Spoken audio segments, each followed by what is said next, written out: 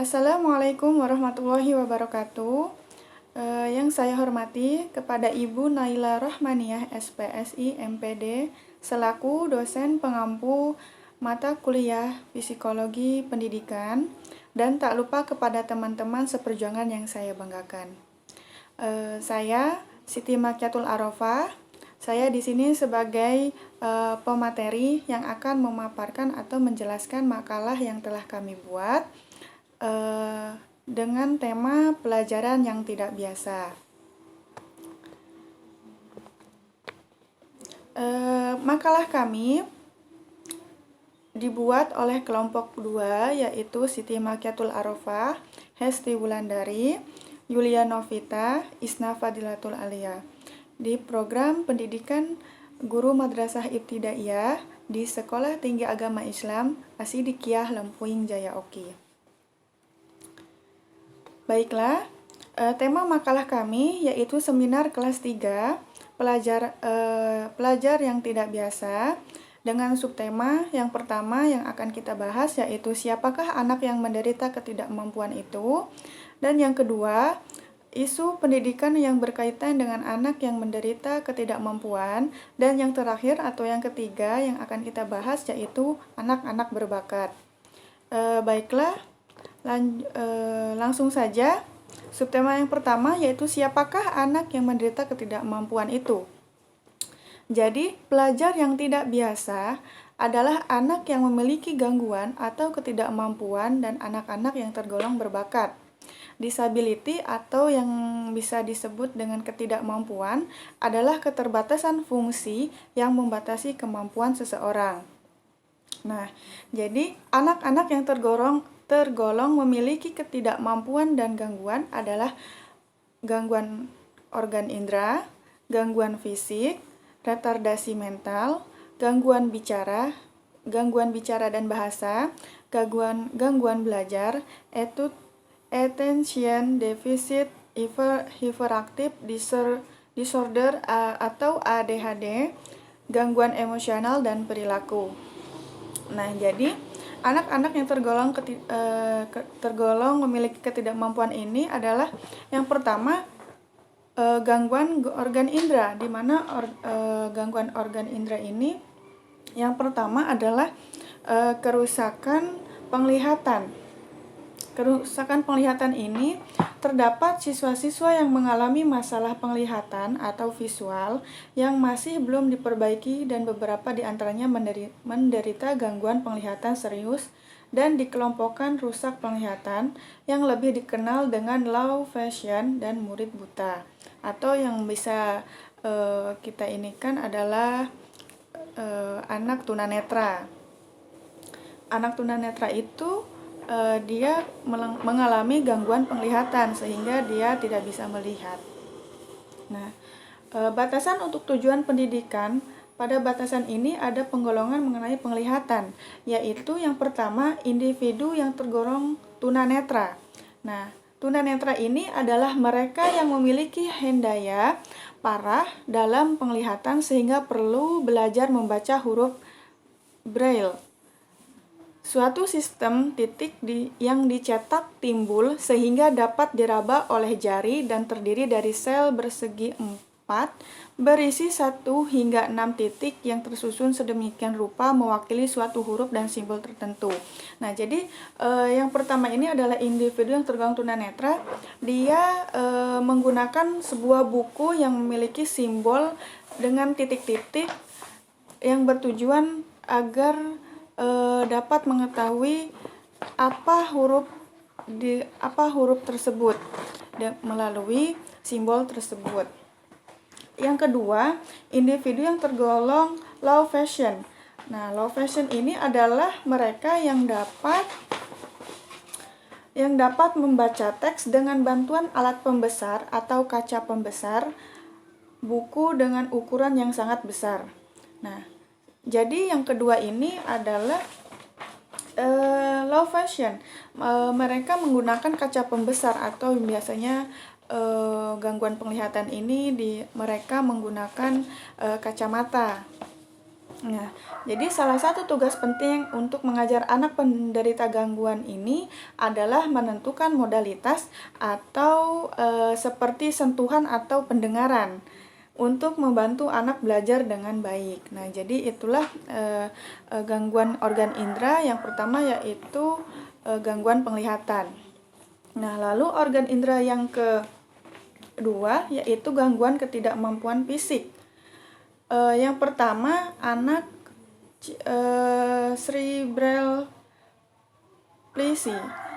Cerebral palsy ini disertai dengan defisit sensori atau yang bisa disebut dengan gangguan pendengaran dan penglihatan, dan perpektual anggapan terhadap sesuatu, kesulitan belajar, gangguan emosional, dan kepribadian yang parah, serta retardasi mental. Cerebral palsy ini mengacu pada perubahan yang bersifat non-progresif dari gerakan atau fungsi motorik sebagai hasil dari kerusakan intrakranial, luka, atau penyakit yang muncul sebelum, selama, atau segera sesudah kelahiran. Nah, jadi anak cerebral palsy ini biasanya sebelum atau selama atau segera sesudah kelahiran ini dia mendapat gangguan tersebut. Nah, yang kedua yaitu anak yang sakit. Jadi ketidakmampuan fisik yang kedua ini yaitu anak yang sakit. Penyakit yang diderita anak ini cenderung dialami secara singkat dan sebagian besar adalah penyakit ringan seperti flu, batuk, pilek ya, atau yang biasanya sakit perut. Nah, secara umum kondisi medis anak dapat dipengaruhi oleh faktor lingkungan seperti status sosial ekonomi dan kondisi lingkungan hidup anak. Nah, biasanya kalau anak sakit ini tergantung bagaimana lingkungan di sekitarnya, apakah lingkungan itu bersih atau tidak. Jadi bisa menyebabkan anak itu sakit atau tidaknya yaitu dengan kebersihan lingkungan dan status sosialnya yang bisa mengakibatkan anak tersebut menjadi sakit. Nah, lalu lanjut yang ketiga yaitu organ indera yang ketiga yaitu anak dengan retardasi mental. Anak dengan retardasi mental ini berdasarkan definisi dan asosiasi retardasi mental di Amerika, terdapat dua ciri utama yang harus ditampilkan oleh seorang anak yang dicurigai mengalami gangguan retardasi mental sebelum berusia 18 tahun. Nah, jadi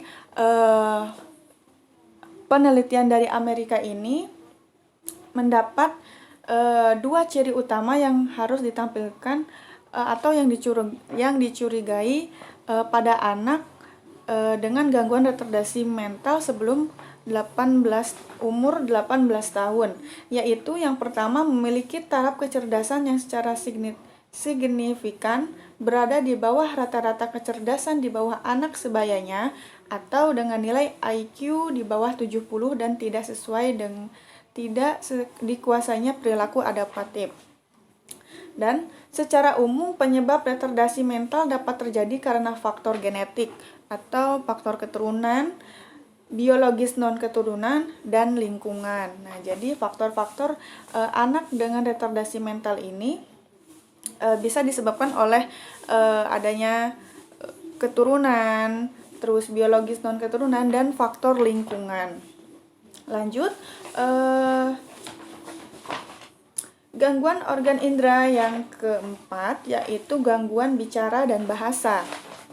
Nah, gangguan bicara dan bahasa yang pertama adalah gangguan bicara, di mana periode perkembangan bicara anak ini berjalan begitu saja tanpa mereka sadari, dan sebagian besar orang tua periode ini penuh dengan pengalaman yang mengagumkan dan menyenangkan.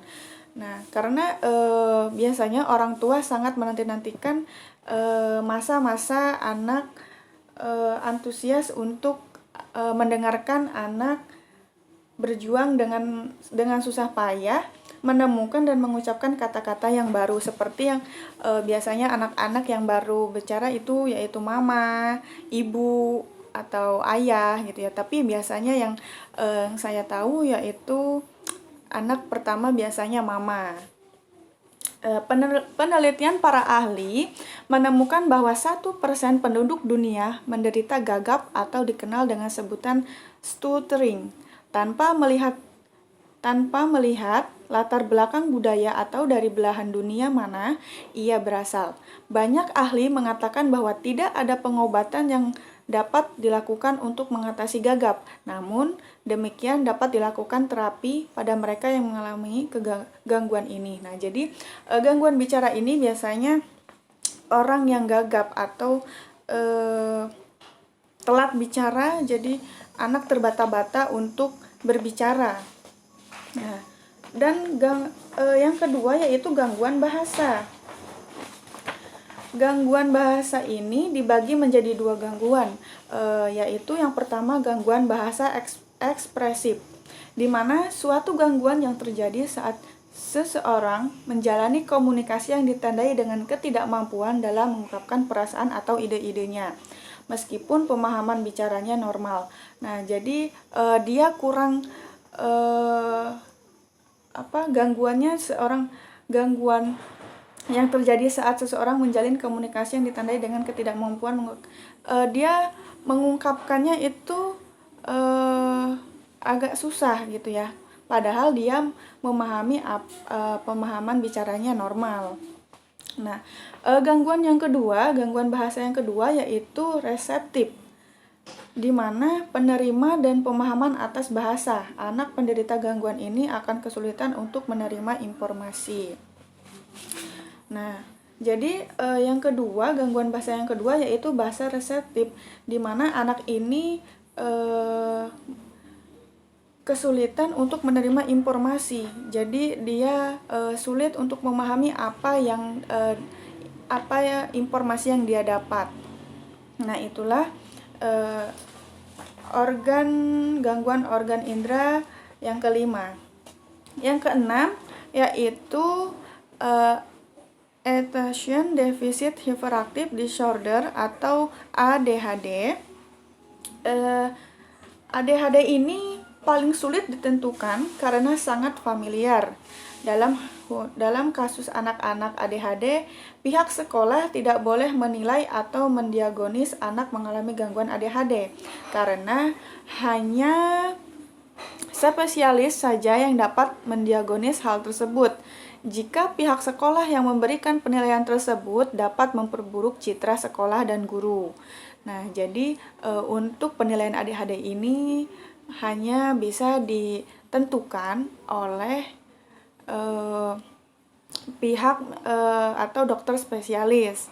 Nah, penyebab ADHD adalah faktor genetik atau pertumbuhan otak yang tidak normal, khususnya otak bagian prefrontal. Nah, jadi penyebab ADHD ini bisa disebabkan oleh faktor genetik atau bisa yang disebut dengan keturunan. Ada keturunan yang mengalami ADHD ini atau pertumbuhan otaknya yang tidak normal gitu kan. Nah, yang pertama karakteristik ADHD ini yaitu kurang mampunya memperhatikan. Jadi anak itu kurang memperhatikan apa yang kurang fokus, apa yang dia lihat, apa yang sedang guru. Kalau di sekolah guru yang sedang menjelaskan dia tidak fokus, jadi kurang memperhatikan. Nah, lalu karakteristik yang kedua yaitu hiperaktif, di mana hiperaktif ini menunjukkan tingginya tingkat aktivitas fisik, hampir seakan semua menjadi gerakan. Jadi anak ini terlalu aktif dalam melakukan segala hal, dia tidak bisa diam. Jadi inginnya selalu bergerak. Jadi inilah yang disebut dengan hiperaktif. Yang ketiga, karakteristik yang ketiga yaitu impulsif. impulsif ini mengalami kesulitan membatasi reaksi mereka dan tidak melakukan pekerjaan berpikir dengan baik sebelum bertindak. Jadi apa yang dia lihat dia langsung berasumsi gitu kan. Dia langsung tidak berpikir terlebih dahulu apa yang akan terjadi jika dia melakukannya. Nah, itulah ADHD tadi ya. Nah, lanjut ke gangguan organ indera yang terakhir, yaitu gangguan emosi dan perilaku.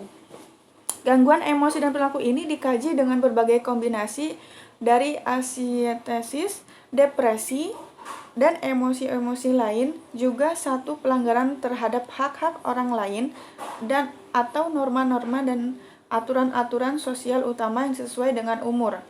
Gejala-gejala reaksi-reaksi penyesuaian remaja biasanya menjadi tampak pada kira-kira usia 10 sampai 12 tahun dan dipandang sebagai respon psikososial pada perubahan fisik dan psikososial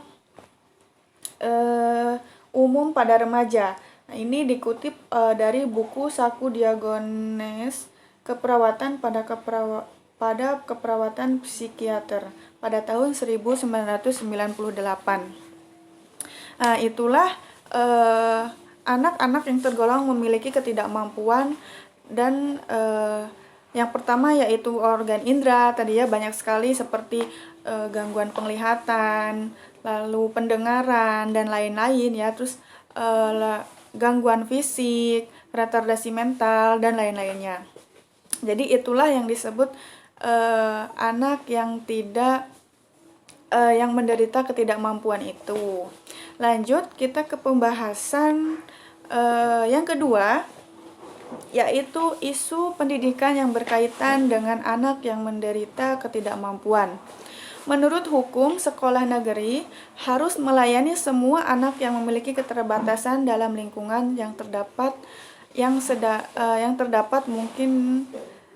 sedapat mungkin tidak membatasi. Karena keterbatasan ini mendeskripsikan dengan singkat penempatan dan layanan yang tersedia bagi anak-anak dan memeriksa peran orang tua dan teknologi dalam mendidik anak-anak yang memiliki keterbatasan. Nah, lalu anak penderita ketidakmampuan dapat ditempatkan di berbagai setting atau tempat dan rangkaian pelayanan dapat dipakai untuk meningkatkan pendidikan anak. Lalu pendidik dan penelitian semakin mengakui pentingnya guru dan orang tua untuk bersama-sama membantu pembelajaran siswa yang menderita ketidakmampuan. Di Individual with Disabilities Education Act atau IDEA mewajibkan partisipasi orang tua dalam pengembangan program pendidikan untuk semua anak yang menderita ketidakmampuan ini. Nah, itulah isu-isu pendidikan yang berkaitan dengan anak yang menderita ketidakmampuan menurut hukum. Lalu ada anak yang ditempatkan di berbagai setting gitu kan. Lalu pentingnya peran orang tua dan pendidik dalam pembelajaran kepada anak yang menderita ketidakmampuan ini. Lanjut pembahasan yang terakhir, yaitu anak-anak berbakat. Anak-anak berbakat ini maksudnya keberbakatan ini adalah suatu konsep yang berakar biologis, suatu nama dari inteligensia taraf tinggi sebagai hasil dari integrasi yang maju cepat dari fungsi-fungsi dalam otak, meliputi penghindaraan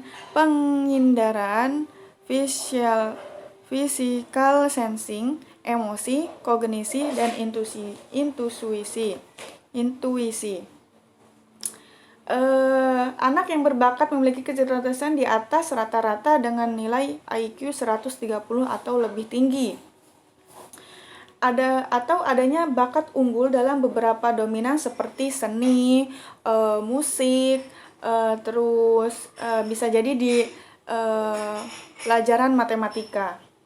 Standar penerimaan untuk anak berbakat didasarkan pada kecerdasan dan bakat akademis. Meskipun untuk memperluas kriteria tersebut memasuki faktor-faktor seperti kreativitas dan komitmen. Dikutip oleh Horowitz pada tahun 2009 dan Wiener pada 2009. 5 bidang ini menggambarkan yang pertama intelektual, akademik, seni kreatif, visual dan pertunjukan, serta kepemimpinan. Nah, itulah faktor-faktor seperti kreativitas dan komitmen. Lanjut, anak yang memiliki bakat istimewa seringkali memiliki tahap perkembangan yang tidak serentak atau tidak serentak gitu ya. Karena ia dapat hidup dalam berbagai usia perkembangan. Misalnya anak berusia 3 tahun, jika sedang bermain ia terlihat seperti anak seusianya. Tetapi jika sedang membaca, ia menampilkan sikap seperti anak berusia 10 tahun. Jika mengerjakan soal matematika, ia seperti anak berusia 12 tahun. Dan jika berbicara, ia seperti anak berusia 5 tahun. Nah, jadi memang anak berbakat ini memiliki tahapan perkembangan yang tidak serentak gitu ya. Jadi dia bisa ketika dia bermain, ketika dia sedang mengerjakan soal, ketika dia sedang membaca, dia akan seperti anak-anak yang melebihi usianya gitu ya. Jadi itulah yang disebut dengan anak-anak yang berbakat. Lanjut.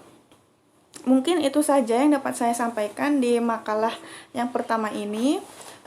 Kurang lebihnya saya mohon maaf. Wabillahi taufiq wal hidayah. Wassalamualaikum warahmatullahi wabarakatuh.